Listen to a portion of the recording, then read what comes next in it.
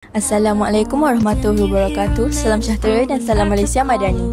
Saya Nur Nisrina Adina binti Ahmad Nazifi akan membicarakan buku yang bertajuk Kasih Ibu Tiri. Buku ini mempunyai 10 bab serta 52 muka surat. Buku ini dikarang oleh Wahbah dan diterbitkan oleh Prisma Sendirian Berhad. Cetakan pertama buku ini adalah pada tahun 2011. Baiklah kawan-kawan, buku ini mengisahkan tentang seorang pelajar perempuan yang bernama Murni. Murni terpaksa menjaga ketiga orang adiknya kerana ibunya yang sakit.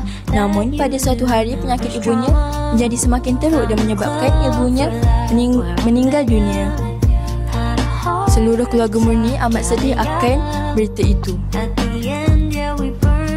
Setelah beberapa bulan, akhirnya ayah Murni berniat untuk berkahwin sekali lagi demi kebajikan anak-anaknya.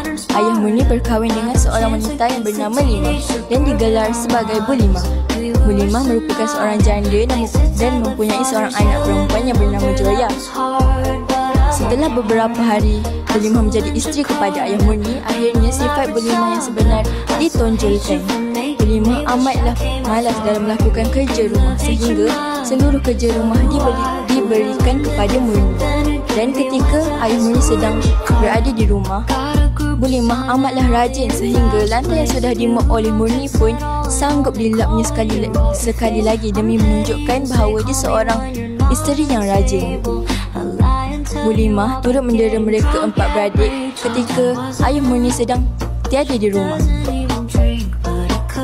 Namun pada suatu hari ketika Murni dalam perjalanan pulang dari sekolah, Murni melihat bahawa Bu Limah dan anaknya tergesa-gesa keluar daripada rumah.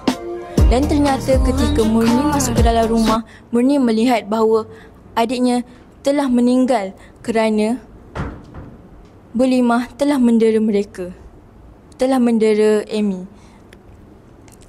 Baiklah, ayah segera mengetahui akan hal itu dan ayah sangatlah sedih kerana Amy telah meninggal dunia dan amat menyesal telah mengawini Bu Limah. Namun apakan daya, nasib sudah menjadi bubur. Ayah Murni dan Murni segera melaporkan hal ini kepada pihak polis dan akhirnya Bu Limah berjaya ditangkap.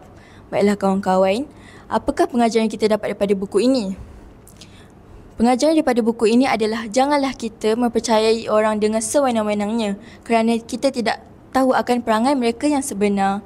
Sekian itu sahaja daripada saya. Wabillahi taufiq wal hidayah. Wassalamualaikum warahmatullahi wabarakatuh.